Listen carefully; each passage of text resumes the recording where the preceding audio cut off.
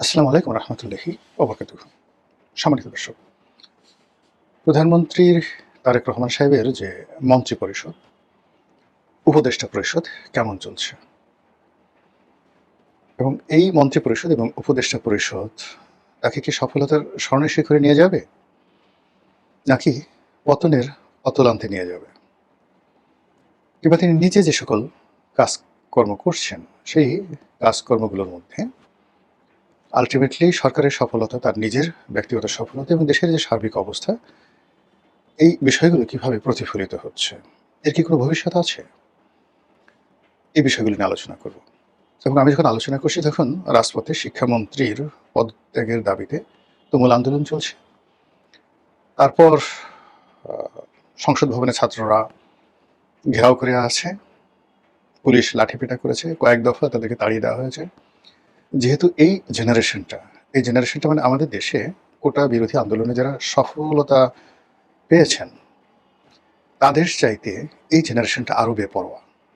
এদের বেশিরভাগই টিনেজ, মানে 20 বছরের নিচে, এদের বয়স এসএসসি পরীক্ষার্থী। ফলে এই যে যারা রাজপথে আছে তাদের সঙ্গে পরিবার জড়িত, রাষ্ট্র জড়িত, এবং যারা আইন শৃঙ্খলা রক্ষার দায়িত্বে নিয়োজিত তারাও জড়িত, এবং একই সঙ্গে সরকারকে যারা বিপদে ফেলতে চায় তারা এই যারা এখন রাজপথে আছেন তাদেরকে যত সহজে মোটিভেট করতে পারবেন, এটা অন্য কোনো রাজনৈতিক দল, গ্রুপ বা গোষ্ঠীর দ্বারা কোনো মতে সম্ভব নয়। আমরা যেরকম সাধারণ মানুষ, তারা কিন্তু অনেক আগের থেকেই বলছিলাম যে জুলাই, আগস্ট, সেপ্টেম্বর এই 3টি মাস সরকারের জন্য ভীষণ রকম খারাপ একটা সময় যাবে, প্রাকৃতিক কারণে, রাজনৈতিক কারণে এবং অন্যান্য বিভিন্ন কারণে। এবং এই যে দেখুন, সমস্যাটা শুরু হয়েছে বৃষ্টি থেকে। এখন এই যে বৃষ্টিটা হলো, এখানে তো তারেক রহমান সাহেবের কোনো হাত ছিল না, কিন্তু তিনি যদি এই জুলাই মাসের বৃষ্টি, প্রকৃতি, গ্রহ নক্ষত্র সম্পর্কে তার ধারণা থাকতো, তাহলে এই সময়টিতে তিনি সতর্ক হতেন। এবং এখনও তিনি যদি সতর্ক হন তাহলে অনেক বিপত্তি তিনি এড়াতে পারবেন। আর সতর্ক যদি না হন তাহলে বলতে গেলে পচা শামুকে পা কাটবে। আলোচনার শুরুতে চলে আসি। এই সরকারের বেশ কয়েকজন মন্ত্রী যারা ইতিমধ্যে মানুষের বিরক্তির কারণ হয়ে পড়েছেন, সমালোচিত হয়েছেন। এরা নিজ নিজ দপ্তরে তারা সফলতার পরিবর্তে ফাটাকেষ্ট হওয়ার চেষ্টা করে চলেছেন, অনেকটা সিনেমাটিক স্টাইলে, যেটি এই আধুনিক যুগে একেবারে বেমানান। যেখানে এই জেনারেশনের 4, 5 বা চতুর্থ এবং পঞ্চম শ্রেণীতে যে সকল ছেলে মেয়ে পড়াশোনা করছেন তারা আপনার আমার চাইতে, মানে আমরা যারা এখন 60 বছর বয়সী, আমাদের কিছু অভিজ্ঞতা আছে, তারপর কিছু সেই পুরনো দিনের ইতিহাস জানা আছে, জীবনের কিছু সফলতা আছে, কিন্তু আমাদের স্বপ্ন, উদ্যমতা নেই বললেই চলে। নতুন করে আমরা কিছু করতে পারবো না। কিন্তু এই যে টকবকে যারা তরুণ, একেবারে ক্লাস 4, 5 থেকে শুরু করে যে ধরুন যারা এসএসসি পরীক্ষা দিচ্ছেন, তারা প্রথমত তারা টেকনোলজি, সেটা টিকটক বলেন, কম্পিউটার চালানো বলেন, কম্পিউটার গেম বলেন, এই বিষয়ে তারা আমাদের সে কোটি কোটি গুণ পারদর্শী। ইন অ্যাভারেজ আমাদের মধ্যে যে 2-4 জন নেই খুব পণ্ডিত, সেটা আলাদা কথা, কিন্তু ইন জেনারেল যদি আপনি 50 থেকে 60 বছরের 1000 লোক আনেন আর ওদের মধ্যে 1000 লোক আনেন, আপনি দেখবেন যে তারা কম্পিউটিংয়ে much better than of us. এরপর তাদের রয়েছে প্রচণ্ড জিদ, শারীরিক সক্ষমতা এবং রুখে দাঁড়ানোর ক্ষমতা, এবং স্বপ্ন, প্রচণ্ড স্বপ্নবাস, ইলিউশন। ফলে এই যে যাকে বলা হয় উড়ন্ত একটা গোষ্ঠী, যারা হাওয়া মেয়ে উড়তে হায়, বাতাসে উড়তে চায়, ঘুড়ির মতো উড়তে চায়, পাঠে আমার মন বসে না, কাঁঠাল চাপার গন্ধে, এইরকম যাদের মন এবং মানুষ, এবং খুব সহজে তারা প্রেমে পড়ে যায়। হয়তো বিড়ালের প্রেমে পড়লো, একটা পোষা কুকুরের প্রেমে পড়লো, ফুলের প্রেমে পড়লো, নদীর প্রেমে পড়লো, একটা পাখির প্রেমে পড়লো, অথবা এই শরীর চর্চা করতে হবে, বডি বানাতে হবে, এরকম। মানে প্রেম বলতে বোঝাচ্ছে যে কোনো একটা বিষয় তাদের মধ্যে যদি নেশা চেপে যায়, আপনি তাদেরকে নিবৃত্ত করতে পারবেন না সহজে। এখন এই যে তারা সরকারের বিরুদ্ধে তাদের নেশা চেপে যায় যদি কোনো কারণে, তারা একে একে এই শিক্ষামন্ত্রীকে ধরেছে, এরপর আরও 10 জন মন্ত্রীকে ধরবে। তার আগে এই বিষয়টা সরকারকে নিষ্পত্তি করতে হবে, আদারওয়াইজ এটা কিন্তু বাড়তে থাকবে। আমি বারবার যেটা বলি যে অতীতের যে পতনগুলো, তার চেয়ে ভবিষ্যতের পতনগুলো নির্মম হয় বা হবে। এবং আপনি যখন আপনার সামনে দুর্ভেদ্য দেয়ালগুলোকে দূর করে দিবেন, তখন সেই খোলা আকাশ, খোলা বাতাস, দেয়ালবিহীন একটা জায়গাতে ছোট্ট একটা পতঙ্গ এসে, একেবারে ছোট্ট একটা পতঙ্গ এসে, একটা বাতাস এসে, একটা পাখি এসে, ছোট্ট একটা সাপ এসে আপনাকে শেষ করে দিতে পারে। এই জন্য হয় কি, রাজনীতি, অর্থনীতি সব জায়গাতে একটা ভারসাম্য থাকে। এখন বাংলাদেশের রাজনীতি সবচেয়ে ভারসাম্যহীন। এই ভারসাম্যহীন রাজনীতিতে যে কোনো ঘটনা, যে কোনো সময়, যে কোনো পরিস্থিতি তৈরি করতে পারে। ফলে এই পরিস্থিতির মধ্যে স্বয়ং তারেক রহমান সাহেব তার যে মন্ত্রী পরিষদ, এই মন্ত্রী পরিষদের সমস্যাটা তাকে বুঝতে হবে। তিনি যাদেরকে মন্ত্রী বানিয়েছেন, এদের হাতে গোনা ২-১ জন ছাড়া, ২-৪ জন ছাড়া বেশিরভাগ মূলত তারেক রহমান সাহেব তাদেরকে পছন্দ করেছেন, মন্ত্রী বানিয়েছেন। এর বাইরে তাদের আসলে অন্য কোনো যোগ্যতা নেই।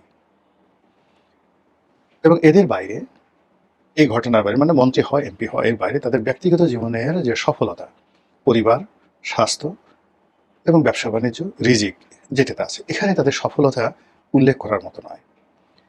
বরং এদের অনেকের বিরুদ্ধে দুর্নীতি, অনেকের বিরুদ্ধে অনিয়ম, অনেকের বিরুদ্ধে অনেকের সংসার নষ্ট করা, অনেকের ঘর নষ্ট করা, অনেকের ব্যবসা নষ্ট করা, অনেকের রিজিক নষ্ট করা, হক নষ্ট করা, এই জিনিসগুলো অহরহ রয়েছে। তো এরকম একটা সমন্বয়ের মানুষদেরকে নিয়ে তিনি যে একটা ব্যতিক্রম ধর্মী কিছু করবেন, এটা এতটা অসম্ভব যে একটা শুয়ের পিছন দিয়ে উট ঢোকার মতো। কারণ হলো, প্রশান্ত আত্মা, প্রশান্ত মন, ভালো চরিত্র ছাড়া কখনো মস্তিষ্ক থেকে ভালো জিনিস বের হয় না। যাদের মস্তিষ্ক থেকে উত্তম জিনিস বের হয়, তারা সবাই মুতমাইন না, তাদের একটা প্রশান্ত আত্মা থাকে। কিন্তু এই মন্ত্রী পরিষদে আপনি কাকে কাকে বলেন তো প্রশান্ত আত্মা রয়েছে, এ স্যাটিসফাইড মাইন্ড, কোনো অভিযোগ নাই জীবনের, যেখানে গিয়েছেন শুধু সফল হয়েছেন। এবং তাদেরকে দেখলে আপনার মায়া হবে, মনে হবে এটা একটা ভদ্রলোক, ভালো ফ্যামিলি থেকে এসছে। কজনকে দেখলে মনে হয়, আর কজনকে দেখলে মনে হয় খুব রাগ হয়, মেজাজ গরম হয়, মনে হয় একটু স্পর্শ করে দিই, আলতো করে একটু স্পর্শ করে দিই, একটু সুরসুরি দিয়ে দিই। বা যাদের রাগ হয় তাদের মনে হয় একটা চড় মেরে দেই। এরকম আপনার মনে হয় কাকে কাকে দেখলে, তাহলে আপনি বুঝতে পারবেন। এই যে সামগ্রিক অর্থে যাদেরকে মন্ত্রী বানানো হয়েছে, তাদের একমাত্র এবং প্রধান জিনিস হলো, তারা সবাই জনাব তারেক রহমান সাহেবের পছন্দের, ভালোবাসার মানুষ। কাজেই এই মন্ত্রী পরিষদের সকল দায় দায়িত্ব তাকেই নিতে হবে। সেই অর্থে ওনার উচিত এই মুহূর্তে যাদের বিরুদ্ধে অভিযোগ এসেছে, রাতারাতি তাদেরকে পরিবর্তন করে ফেলা। জাস্ট লাইক, মানে কি বলবো, অন্তর্বাসের মতো। আপনি একটা প্যান্ট ২-৩ বার পরেন, কিন্তু জাঙ্গিয়া, ব্রা, গেঞ্জি, এই জিনিসগুলো কিন্তু একবার যদি আপনি ব্যবহার করেন, দ্বিতীয়বার এগুলোকে ব্যবহার করা যায় না। টয়লেট টিস্যু, টয়লেট পেপার দিয়ে ব্যবহার করা যায় না। এরকমভাবে যাদের বিরুদ্ধে অভিযোগ এসছে তাদেরকে ছুঁড়ে ফেলতে হবে। আদারওয়াইজ এখান থেকে নিয়ে যদি অন্য জায়গায় রাখা হয়, ওএসডি করে রাখা হয়, এবং এই মানে ব্যর্থ মন্ত্রীরা যদি থাকেন, ক্যাবিনেটে থাকেন, তাহলে এরা ভাইরাস ছড়াতে থাকবে। এই গেল একটা। ২ নম্বর হলো যে, উনি কতগুলো উপদেষ্টা নিয়োগ দিয়েছেন। এদের কাউকে তিনি লন্ডন থেকে নিয়ে এসেছেন, কাউকে হয়তো লোকাল মার্কেট থেকে নিয়েছেন। ফরেন ইম্পোর্টেড আইটেমস এবং লোকালি প্রডিউসড। এই গত ৪ মাসে তাদের একটা সিঙ্গেল কথা, একটি আচরণ, একটি কর্ম জাতির দৃষ্টি আকর্ষণ করেনি। বরং তাদেরকে দেখলেই মানুষের মনে হয় যে কেন এবং কি কারণে প্রধানমন্ত্রী এদেরকে উপদেষ্টা বানালেন, কেন তাদেরকে নিয়োগ দিলেন। এই বারবার শুধু প্রশ্ন আসছে, হোয়াই হোয়াই হোয়াই, কেন এই প্রশ্নগুলো আসছে। কাজে এই উপদেষ্টা মণ্ডলী তাকে কোনো ভালো উপদেশ দেবেন আগামীতে, কোনো একটা মন্ত্রণালয় চালাবেন বা দেশকে উন্নয়নের শিখরে নিয়ে যেতে পারেন, এটা প্রধানমন্ত্রীর একান্ত বিশ্বাস বা একান্ত ভালোবাসা। একান্ত ব্যক্তিগতভাবে যেভাবে তিনি তার খুব কাছের প্রাণী এবং কাছের বন্ধু, কাছের আত্মীয় শুভানুধ্যায়ীদেরকে যেভাবে ভালোবাসেন, ওইরকম একান্ত ব্যক্তিগত। কিন্তু রাষ্ট্রের যারা লোকজন, সাধারণ জনগণ, তারা কেউ তার একজন সিঙ্গেল উপদেষ্টা সম্পর্কে ভালো ধারণা, ইতিবাচক ধারণা, সুদূর প্রসারী ধারণা পোষণ করে না এবং করার কোনো কারণ নেই। কাজেই তাকে রেশা ফেলে যেতে হবে, তাকে রেশা ফেলে যেতে হবে। যে ভুল শেখ হাসিনা করেছেন, জিদ করেছেন, মানে তিনি ধরুন সৈয়দ আবুল হোসেনের পদত্যাগের বিষয় যখন এলো, তিনি আবুল হোসেনকে অ্যাভেল করলেন না শেষ পর্যন্ত। কিন্তু যখন তাকে বাদ দেওয়া হলো, তখন তার সর্বনাশ হয়ে গেছে। কিন্তু যখন বলা হয়েছিল যে আবুল হোসেনকে বাদ দেন, রাতারাতি তাকে বাদ দিয়ে দিলে এই ঘটনা ঘটতো না। বা ওবায়দুল কাদেরকে যখন জেনারেল সেক্রেটারি করা হলো, সৈয়দ আশরাফকে বাদ দিয়ে, কেউ কিন্তু মেনে নেয়নি, কিন্তু ভয়ে কথা বলেনি। কিন্তু ওবায়দুল কাদের সাহেব যখন বিভিন্ন মানুষকে অপমান করা শুরু করলেন, এমনকি একজন সংসদ সদস্যকে চড় দিয়ে বসলেন। এই বিষয়টির সঙ্গে সঙ্গে শেখ হাসিনার উচিত ছিল সঙ্গে সঙ্গে তাকে বাদ দেওয়া, যে একজন মাননীয় সংসদ সদস্য হোয়াট এভার মেবি, যত বড় ছোট কর্মী হন না কেন, তাকে প্রকাশ্যে চড় মারাটা কোনো অবস্থাতেই সমর্থনযোগ্য নয়। তো এই ক্ষেত্রে যেটা হচ্ছে যে এই মন্ত্রী পরিষদের মধ্যে, এই উপদেষ্টাদের মধ্যে কিংবা প্রধানমন্ত্রীর পার্সোনাল স্টাফদের মধ্যে যেটিকে বলা হয় সুপারস্টার বা মেগা স্টার রূপে কয়েকজন লোক খুব বাহাদুরি করছেন। কেউ সর্ববিদ্যা বিশারদ, কেউ সর্বরোগের কবিরাজ, কেউ হয়তো বা সর্বক্ষমতার অধিকারী 10 ভুজা দুর্গা দেবী। অনেক ক্ষমতা, অনেক জ্ঞান, অনেক প্রভাব ইত্যাদি ইত্যাদি, এরকম যারা সুপারস্টার হয়ে গেছেন এবং দে সিমস, তাদেরকে দেখলে মনে হয় বা দে সিমড, তারা নিজেদেরকে প্রমাণ করতে চান যে they are much better than a prime minister in terms of education, in terms of quality, in terms of approaching and everything. তারা যত বেশি আনুগত্য দেখাচ্ছে প্রধানমন্ত্রীর সামনে গিয়ে, পেছনে এসে তারা মনে করছে যে আমরা না থাকলে সরকার 1 মিনিট টিকবে না, থাকবে না, সরকারকে আমরা টিকিয়ে রেখেছি। প্রধানমন্ত্রী প্রথমেই বুঝতে হবে যে এই ধরনের মানুষ যারা সামনে এসে এক কথা বলে, পিছনে অন্য কথা বলে, আর জনগণ যাদের সম্পর্কে মনে করে যে এরা সরকারের রাইট হ্যান্ড, লেফট হ্যান্ড থেকে শুরু করে সবকিছু তারা, এদেরকে আসলে বাদ দিতে হবে। কোনো ছাটকাট নেই, কোনো কিছু নেই। যখনই কেউ খুব বেশি শক্তিশালী হয়ে পড়ে তখন সেটা বাদ দিতে হয়। এবং একই কাজ মানে অসাধারণভাবে ইতিহাসে 2 জন বিখ্যাত ব্যক্তি, 3 জন বিখ্যাত ব্যক্তি করেছিলেন। আমাদের এই পাক ভারত উপমহাদেশে একজন সুলতান ইলতুৎমিশ।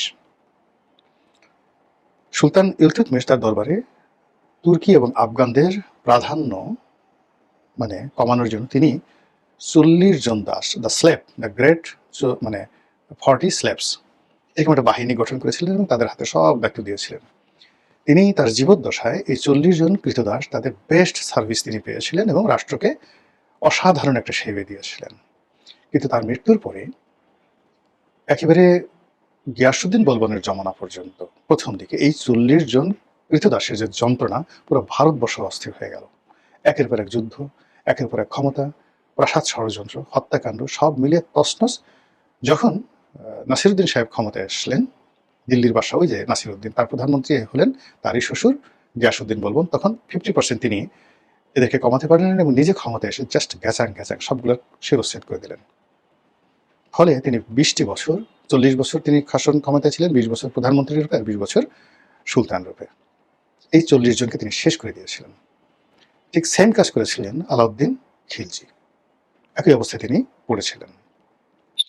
তো আলাউদ্দিন খিলজি, গিয়াসউদ্দিন বলবন এবং সুলতান ইলতুৎমিশ, এদের জীবন যদি এবং সফলতা যদি প্রধানমন্ত্রী অনুসরণ করেন, he has no way but to reform, এবং এটা করতে তাকে দেরি করা যাবে না। তাকে এই ক্ষেত্রে এতটা নির্মম এবং নিষ্ঠুর হতে হবে যে কোনো অবস্থাতেই যেন তার প্রতিপক্ষ একটা করার সুযোগ না পায়, আর তাকে ব্যবহার করে কোনো একটা মাসিও যেন ভো করার সুযোগ না পায়। নো ভো নো ভা, তাহলে তিনি টিকতে পারবেন, যেতে পারবেন, আদারওয়াইজ হবে না। সোজা বাংলা কথা। দ্বিতীয় যে বিষয়টি হলো তার ব্যক্তিগত জীবন। তার স্ত্রীকে তিনি কতটা ভালোবাসেন, তারপরে কিভাবে ছাতি ধরেন, তার স্ত্রীকে খুশি করার জন্য তিনি যে সকল প্ল্যান করেন, পরিকল্পনাগুলো করেন, এই জিনিসগুলো নিয়ে বিরোধী দলের যারা লোকজন, তরুণ যারা আছেন, তারা ট্রল করছেন। কেউ তাকে প্রেমের দেবতা, কেউ তাকে তাজমহল নির্মাণ করার দ্বিতীয় কারিগর, এই কথাগুলো বলছে। কেউ তাকে বলছে যে আপনি বাসে করে যে দেশে যাচ্ছেন মূলত প্রেম করার জন্য। বাংলাদেশের এত উচ্চ পর্যায়ের প্রধানমন্ত্রী এবং তার পরিবারকে নিয়ে এই ধরনের ট্রল ইতিপূর্বে কখনো হয়নি। কাজে ওয়েস্টার্ন সোসাইটিতে টনি ব্লেয়ার এবং শেরি ব্লেয়ার তারা প্রকাশ্যে হাত ধরে হাসছে কিংবা চুম্বন করছেন। কিংবা ধরুন ফ্রান্সে তার চেয়ে 15-20 বছরের বড় তার শিক্ষক ইমানুয়েল ম্যাক্রোর স্ত্রী, মূলত ইমানুয়েল ম্যাক্রো শিক্ষক ছিলেন, টিচার ছিলেন। তো তাদের অসম প্রেম, এমনকি বউয়ের হাতে মার খাওয়া, ওটাই সমাজে কোনো প্রবলেম হয় না। ডোনাল্ড ট্রাম্পের চতুর্থ স্ত্রী মেলানিয়া ট্রাম্প, তার হাতে চড় খাচ্ছেন ট্রাম্প প্রকাশ্যে, এটাও দেশে কোনো সমস্যা হয় না। একদিকে সেক্সুয়াল ওয়ার্কার বা পর্ন স্টার, তাদের সঙ্গে ডোনাল্ড ট্রাম্পের সেক্সুয়াল রিলেশন, আবার অন্যদিকে প্রেমের অভিনয়, এটা আমেরিকান সমাজে সমস্যা হয় না। কিন্তু আমাদের সাবকন্টিনেন্টে এশিয়া সাবকন্টিনেন্টে এই ধরনের জিনিস একেবারে সহ্য করা যাবে না। কাজে এখানে ছেলে মেয়ে পরিবার এটা একান্ত ব্যক্তিগত বিষয় থাকাটাই উত্তম। প্রধানমন্ত্রী যে কাজগুলো করছেন আপাত দৃষ্টিতে আমাদের কারো কোনো ক্ষতি হচ্ছে না, কিন্তু হয়তো তিনি এই কাজ করে মজা পাচ্ছেন, আনন্দ পাচ্ছেন এবং সেই আনন্দকে তিনি রাষ্ট্রীয় কর্মে আরো উদ্দীপনার রূপে ব্যবহার করতে পারবেন। কিন্তু তার বুঝতে হবে যে রাম কেন সীতাকে বনবাসে দিয়েছিলেন। আবার সীতা বনবাস থেকে ফিরে আসার পরে রাম তার সতীত্ব পরীক্ষা করার জন্য যখন রামের স্ত্রী সীতাকে অপহরণ করে নিয়ে গেল রাবণ, তখন প্রশ্ন হলো সে তার সতীত্ব হারিয়ে ফেলেছে। তো সেই স্ত্রীকে তিনি যখন ঘরে তুলবেন সমাজ বলল সে অসতী, তাকে সেই সৎ প্রমাণ করার জন্য, সতী প্রমাণ করার জন্য আগুনের উপর দিয়ে তাকে হেঁটে যেতে হলো। এগুলো নেহায়েত গল্প, কিন্তু এগুলো বোঝায় যে রাজাকে সবসময় জনগণের কথা ভাবতে হবে। পাবলিক সেন্টিমেন্ট, পাবলিকের যে অ্যাপ্রোচিং, আগে আগে আমরা জানতাম আটকরে রাজা সে ঘর থেকে বেরোতো না, তার ছেলে মেয়ে হতো না, এই কারণে যে জনগণ তাকে দেখলে বলতো যে হাই আল্লাহ, আজকে রাজাকে দেখলাম, আমাদের দিন ভালো যাবে না। এই গল্পের একটা মিনিং আছে। দেখুন যে সেই যুগে যখন রাজা একক কর্তৃত্ববাদী, তখনও তাকে এই পাবলিক সেন্টিমেন্ট স্মরণ করে তাকে ঘরের মধ্যে আবদ্ধ থাকতে হতো। কাজে এখন প্রধানমন্ত্রী এবং তার পরিবারকে নিয়ে তার যারা সমালোচক যে কথাগুলো বলছে তাকে অবশ্যই এগুলো কগনিজেন্সে নিতে হবে। আমরা যারা সাধারণ জনগণ আছে আমরা চাই যে ধারাবাহিকতা থাকুক। একটা জুলাই বিপ্লব হয়েছে, কম বেশি আমরা সবাই সমর্থন জানিয়েছি, ফলে এটা ধারাবাহিকতা থাকলে আমাদেরই লাভ। কিন্তু এখানে যদি ধারাবাহিকতা নষ্ট হয় তাহলে বিএনপি যত ক্ষতি হবে বা ইউনূস সাহেব যে যত ক্ষতি হয়েছে তার চেয়ে জনগণ হিসেবে আমরা বেশি কম্বাইন্ডলি, কালেকটিভলি বেশি ক্ষতিগ্রস্ত হয়েছি। আশা রাখি প্রধানমন্ত্রী সুমতি ফিরে পাবেন এবং যথাযথভাবে দায়িত্ব পালন করবেন। আসসালামু আলাইকুম রহমতুল্লাহি ওয়া বারাকাতুহু।